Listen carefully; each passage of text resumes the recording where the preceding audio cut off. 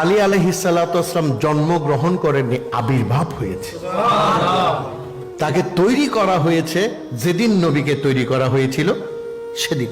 তা না হলে নবী এই কথা বললেন কেন, আমি জেনুর আলিও, আমি জেনুর আলিও, আমি যেখান থেকে আলিও, সুবহানাল্লাহ।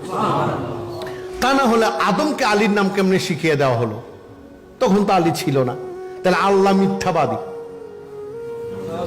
ছোট করে বলুন, আর একটু ছোট করে বলুন, আল্লাহ মিথ্যাবাদী?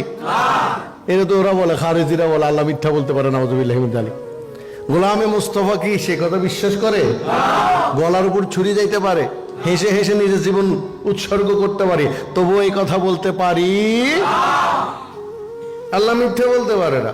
আল্লাহ যদি মিথ্যা বলে তাহলে মুহাম্মদও মিথ্যা বলে। কারণ এই যে প্রশ্নটা করেছেন আব্বাস রাদিয়াল্লাহু তাআলা আনহু, কার কাছ থেকে? আমার নবীর কাছ থেকে। যাকে যাকে আমি আর আপনি নয়, তথাকথিত মুসলমান নয়, মুসলমান নয়, যাকে আল আমিন ডাকতেন কাফেরেরা, যাকে আল আমিন ডাকতেন ইহুদিরা, যার কাছে আমানত রাখতেন কাফেরেরা, ওই আল আমিন থেকে প্রশ্ন করা হচ্ছে, ইয়া রাসূলুল্লাহ সাল্লাল্লাহু আলাইহি ওয়াসাল্লাম, আল্লাহ কি শিখিয়েছেন? বলে মুহাম্মদ, আলী, ফাতেমা, হাসান এবং হুসাইনের নামকে শিখিয়েছে।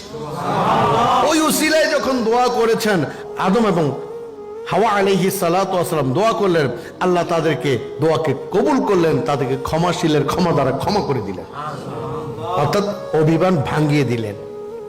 তাহলে দেখা যায় আলী কখন ছিল? আদমের আগে ছিল। আলী কখন ছিল?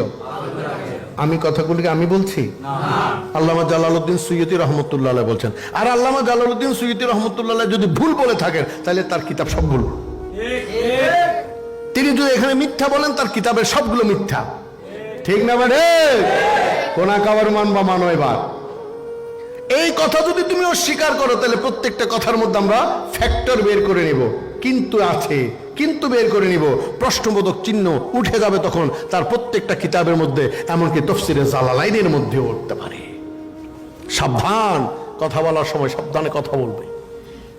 তামামকে বলছি, আল্লামা জালালউদ্দিন সুয়ুতী তাফসীরে দুরুল মুনসিরে এই কথাটা উল্লেখ করেছেন যে আদমকে শিখিয়ে দেওয়া হয়েছিল আলী, হাসান, হোসেন, ফাতেমার নাম। তাহলে দেখা যাচ্ছে আলীর আবির্ভাব কখন, ইসলামের কখন হয়েছে সেটা জানার দরকার নেই। হে গোলামে মুস্তাফারা, আহলে বাইতের গোলামেরা, তোমরা জেনে রাখো, কারো ফতোয়ার ধারদারি না করি পরোয়া তোদেরই ফতোয়া, নীতি বিধানের নিয়ম পালন। আমাদের ফতোয়া দ্বারা, হাদিস দ্বারা প্রমাণ। আল্লামা জালালউদ্দিন সুয়ুতী, যিনি যেন তেন আল্লাহ আলেম ছিলেন না, যিনি আসরের নামাজ নিজের ঘরে পড়েন আর মাগরিবের নামাজ গোলামকে নিয়ে মক্কায় পড়তে পারেন, এমন ব্যক্তির কিতাব কখনো ভুল হইতে পারে?